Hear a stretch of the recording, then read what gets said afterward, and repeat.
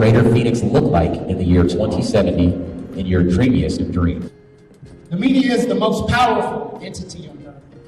They have the power to make the innocent guilty and to make the guilty innocent. And that's power. Because they control the minds of the masses. Happy birthday, Malcolm X. And I know that media and narrative are part of the magic that we can make to shape abundant, healing Black futures. Without further ado, I present to you for the first time, Black in the Newsroom. I would like people to support local Black journalists here in Arizona because they're still doing the work, they're still in the community telling our stories. They're in this room right now and they don't have the same ability to say what I said. They work at the newspaper still, they're not able to share those hardships that they're facing as well. I'm like some of the first newspapers in this country, advertising enslaved folks for sale, or fugitive slave advertisements, or putting forward, these scandalous news stories with false accusations against African Americans that led to lynchings and race riots, like the Tulsa Race Massacre. But what would it look like if there was real care for Black folks in the community? And what would it look like if our local media system was to show that care and to demonstrate that care? What do you think that would look like? It looks like Elizabeth Montgomery. That's what it looks like. And that's a huge hypothetical because they've proven to us they do not care. But we've got many young people that want to write. We've got older people that are experienced writers. And so if we could figure out a way to amalgamate those stories and that expertise, we would have something of our own. And that's what I want to see.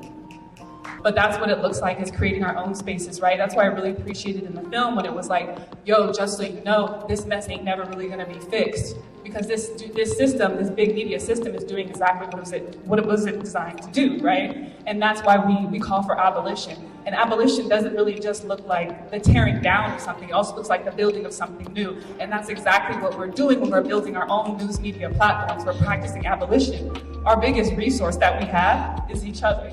And so I haven't had the best interactions with the news here, but there's a way to really show up and really put pressure on them and kick their heads, not in a physical sense, but. I know that when I came here, one of the first things I asked when I moved here about 10 years ago was like, do you guys have that? And somebody was like, yeah, there's the AZ informant. And so I was like, okay, that's something that helps ground and figure out what's going on within the community. We see the news media coming in to interview us, and a lot of the times they do try to obscure our words and change the narrative about what really happened and what really goes on. As we know, in 2020 when the protests were going off and the police were brutalizing us, that's not what you saw in the news. What you saw was protesters are out of control. What they didn't tell you was the full story about how our protests were being infiltrated. What a lot of folks don't understand is that your Black journalists are just like you. I'm a little hood kid. I hated police and I hated reporting. So when I did finally become a journalist, my whole thing was giving us a voice.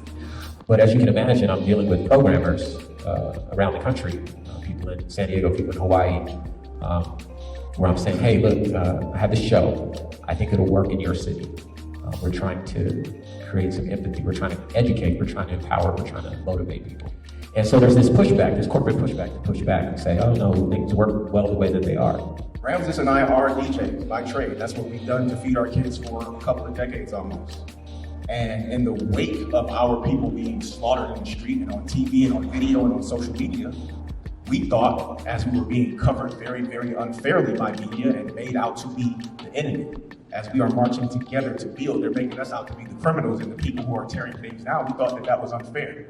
So as we're listening to our voices over Cardi B and 2 Chainz and whoever else, and then listening to the advertisers come on after that, we're realizing you guys are making a lot of money off of our culture, but you don't want to tell our story.